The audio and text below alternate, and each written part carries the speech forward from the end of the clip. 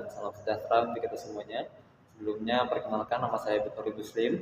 Jadi pada kesempatan kali ini saya akan membahas materi tentang hak kekayaan intelektual. Baik, langsung saja kepada pembahasannya. Sebenarnya hak kekayaan intelektual itu apa sih? Hak kekayaan intelektual atau intellectual property rights merupakan hak yang diberikan kepada orang-orang atas hasil dari buah pikiran mereka, seperti karya tulis, kemudian kreasi, artistik, simbol-simbol, kemudian penamaan, citra, dan desain yang digunakan dalam kegiatan komersil. Nah, kemudian menurut World Intellectual Property Organization, hak kekayaan intelektual dibagi menjadi 8 kategori. Yang pertama adalah hak kekayaan industri. Jadi, kategori ini mencakup penemuan seperti paten, merek, desain industri, dan indikasi geografis. Kemudian yang kategori yang kedua adalah hak cipta.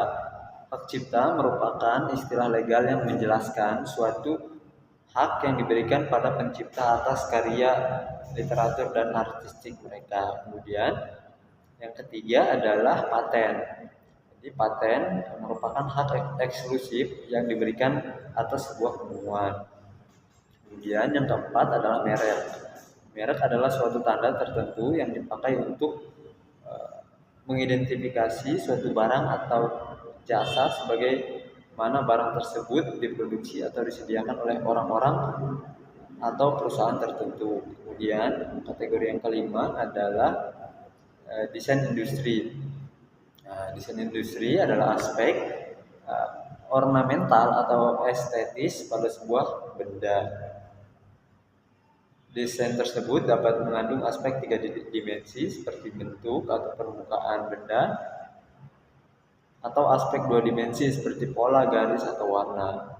Kemudian kategori yang keenam adalah indikasi geografis. Nah, indikasi geografis merupakan suatu tanda yang digunakan pada barang-barang yang memiliki keaslian geografis yang spesifik dan memiliki kualitas dan reputasi berdasar tempat asalnya. Kemudian kategori yang ketujuh adalah rahasia dagang.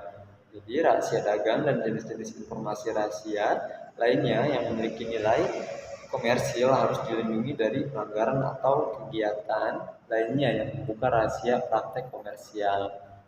Kemudian kategori yang ke-8 atau yang terakhir adalah desain tata letak sirkuit terpadu. Nah, sirkuit terpadu adalah suatu produk dalam bentuk jadi atau setengah jadi yang di dalamnya terdapat berbagai elemen dan sekurang-kurangnya satu dari elemen tersebut adalah elemen aktif. Nah, jadi menurut World Intellectual Property Rights, jadi ada 8 kategori yang sudah tadi saya jelaskan. Terima kasih. Saya Rahmadita dari kelas 04 SKM 005 ingin menjelaskan 4 prinsip HKI. Yang pertama itu ada prinsip ekonomi. HI berasal dari kegiatan kreatif yang diekspresikan dalam berbagai bentuk dan akan memberikan keuntungan kepada pemilik yang bersangkutan. Yang kedua itu ada prinsip keadilan. Dalam menciptakan sebuah karya, maka pencipta memiliki hak dan memiliki perlindungan dalam kepemilikannya.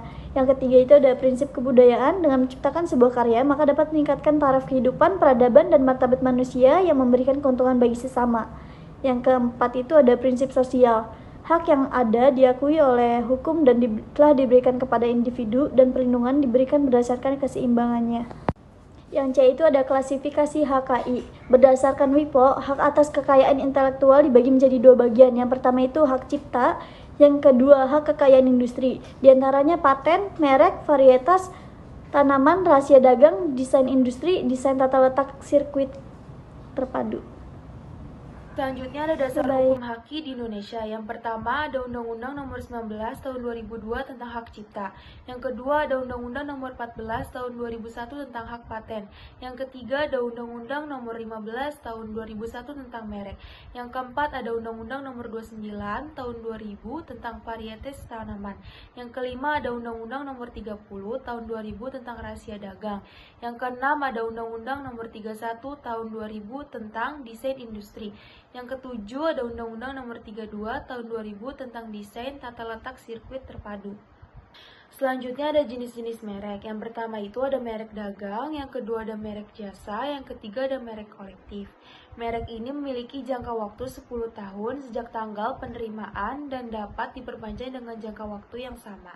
Selanjutnya ada objek rahasia dagang. Yang pertama itu ada formula, yang kedua ada metode pengolahan, yang ketiga ada metode penyelenggaraan usaha, yang keempat ada daftar konsumen, yang kelima ada tingkat kemampuan debitur mengembalikan kredit, yang keenam ada perencanaan atau blueprint, yang ketujuh ada rencana arsitektur, yang kedelapan ada tabulasi data, yang kesembilan ada informasi teknik, manufaktur, yang ke-10 ada rumus-rumus perancangan, yang ke-11 ada rencana pemasaran, yang ke-12 ada perangkat lunak komputer, yang ke-13 ada kode-kode akses, yang ke-14 ada PIN, yang ke-15 ada data pemasaran, yang ke-16 ada rencana usaha.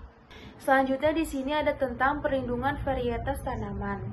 Jangka waktu varietas tanaman dalam pasal 4 adalah 20 tahun untuk tanaman semusim dan 25 tahun untuk tanaman tahunan.